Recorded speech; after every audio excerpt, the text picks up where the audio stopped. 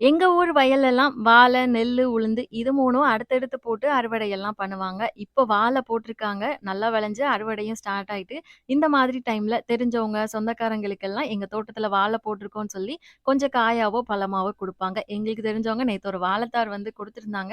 இது பார்த்தீங்கன்னா நேந்திரங்காய். நான் சிப்ஸ் தான் போட்டு வைக்க போறேன். இந்த தார்ல 1, 2 பழுத்து போயிருந்தது. பழுத்ததெல்லாம் தனியா எடுத்து வச்சுட்டு, நல்லா காயா இருக்கிறதுல மட்டும் தோல் எல்லாம் எடுத்துட்டு, நல்லா மெலிசா சீவி வச்சுட்டேன். சிப்ஸ் போடுறதுக்கு தேங்கா எண்ணெயில போட்டா தான் நல்லாருக்கும். நான் 2 கடாய் வந்து எடுத்துட்டு 2லயும் எண்ணெய் ஊத்தி சூடு பண்ண வச்சுட்டேன். இன்னொரு பவுல்ல கொஞ்சமா உப்பு, மஞ்சள், தண்ணி சேர்த்து நல்லா மிக்ஸ் பண்ணி வச்சிருக்கேன். இத ஃப்ரை பண்றப்போ அந்த எண்ணெயில சேர்த்துட்டா சிப்ஸ்ல நல்லா உப்பு, மஞ்சள் 2மே பிடிச்சுக்கும். இது தண்ணீன்றதுனால எண்ணெயில போட்டதும் கொஞ்சம் படபடன்னு பொரிஞ்சு வரும். ஆனா 1 நிமிஷத்திலேயே செட்டில் ஆயிரும். வெளிலலாம் தெறிக்காது. இந்த மாரி அது எண்ணெயில போட்டப்போ பொரிஞ்சு வரது செய்றதுக்கு கொஞ்சம் பயமா இருக்குன்னா, நம்ம ஃப்ரை பண்ணிட்டு உப்பு, மிளகாய் தூள் சேர்த்து லாஸ்ட்டா மிக்ஸ் பண்ணியும் வச்சுக்கலாம். நல்ல கிரிஸ்பியான வாழைக்காய் சிப்ஸ் சூப்பரா ரெடி ஆயிட்டு எனக்கு இன்னும் ஒரு 2 மாசத்துக்கு ஸ்நாக்ஸ் பிரச்சனை இல்ல. கண்டிப்பா நீங்களும் செஞ்சு பாருங்க. பாய்.